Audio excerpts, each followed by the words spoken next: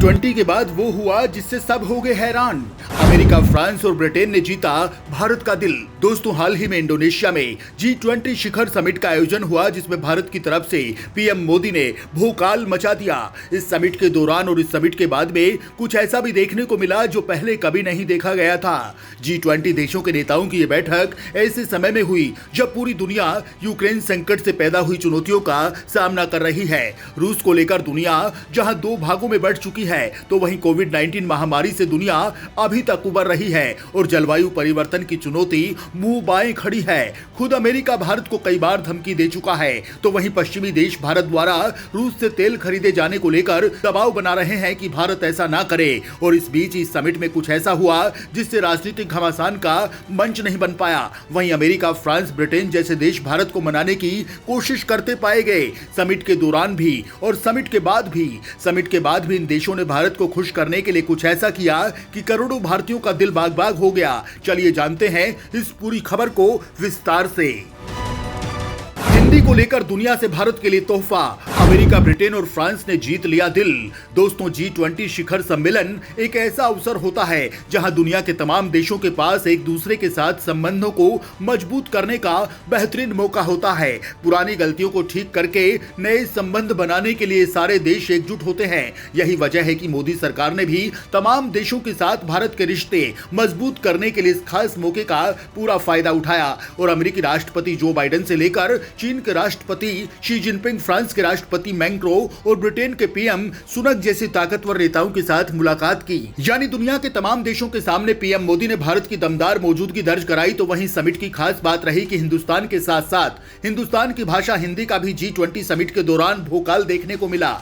लेकिन दोस्तों, भारत में एक दिक्कत यह भी है कि भारत में जब भी हिंदी भाषा का जिक्र होता है तब विरोध के स्वर सुनाई देने लगते हैं। खासकर तमिलनाडु, आंध्र प्रदेश, तेलंगाना जैसे दक्षिण राज्यों से इन भाषाओं के विरोध की आवाज तेज होने लगती है, क्योंकि इन राज्यों के नेताओं को यह बात पसंद नहीं कि हिंदी को पूरे देश में मान्यता मिले और देश के सभी राज्य हिंदी को प्राथमिकता दें। जिस अंग्रेजी भाषा को पूरी दुनिया में मान्यता दी जाती है, यही वजह है कि मोदी सरकार जब भी हिंदी की बात करती है, दक्षिण राज्यों से विरोध के स्वर उठने लगते हैं। ऐसे में हिंदी के विरोधियों को कम से कम G20 समिट से सबक सीखना चाहिए, जिसमें ब्रिटेन और फ्रांस जैसे देश भी भारत के संवाद करने के लिए हिंदी भाषा का इस्तेमाल करने लगे हैं। तो अभी तो समिट के दौरान पीएम मोदी के साथ मुलाकात के बाद फ्रांस के राष्ट्रपति इमैनुअल मैक्रो ने खुद हिंदी में ट्वीट किया और पीएम मोदी के साथ की एक फोटो ट्वीट करते हुए लिखा, प्रधानमंत्री नरेंद्र मोदी के साथ शांति के लिए हम एक ही एजेंडा साझा करते हैं। हम भारत के आगामी जीवन की अध्यक्षता के तहत इस पर काम करेंगे। यहां तक कि ब्रिटेन के प्रधानमंत्री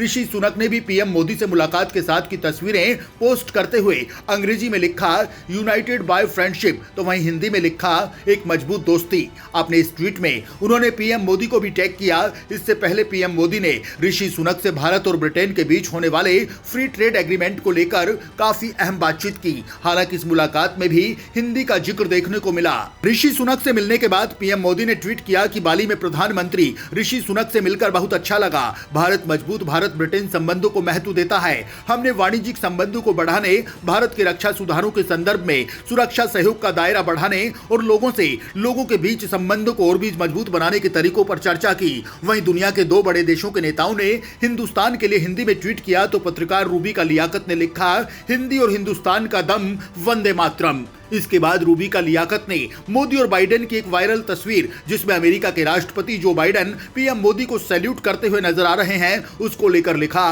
कि कभी कभी बड़ा ताजुब होता है, मानो मोदी कोई कीवर्ड हो। उन्होंने लिखा, बोलो या केवल एक फोटो ही डाल दो और फिर देखो कितनों को और कहां तक करंट लगता है। अरे भाई, ऐसी भी क्या जलन है कि देश के प्रधानमंत्री को दुनिया मान रही है, लेकिन हम नहीं मानेंगे, हद है।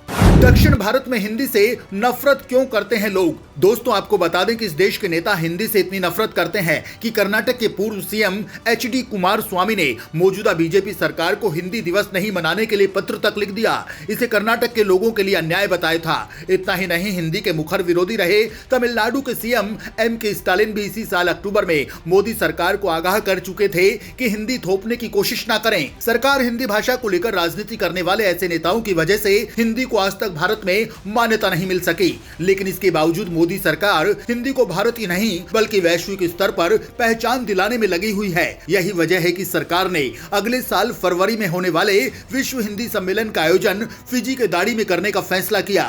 इतना ही नहीं, संयुक्त राष्ट्र यानी यूएन में भी हिंदी को आधिकारिक भाषा के रूप में शामिल करने की कोशिश में मोदी सरकार पूरी तरह से लगी हुई है। वहीं इसके अलावा दोस्तों आपको बता दें कि भारत के लिए ये G20 समिट कई मायनों में बेहद खास रहा है। कोरोना के दौर के बाद पहली बार व्लादिमीर पुतिन को छोड़कर इतने हेड ऑफ द स्टेट एक ही मंच पर मौजूद थे।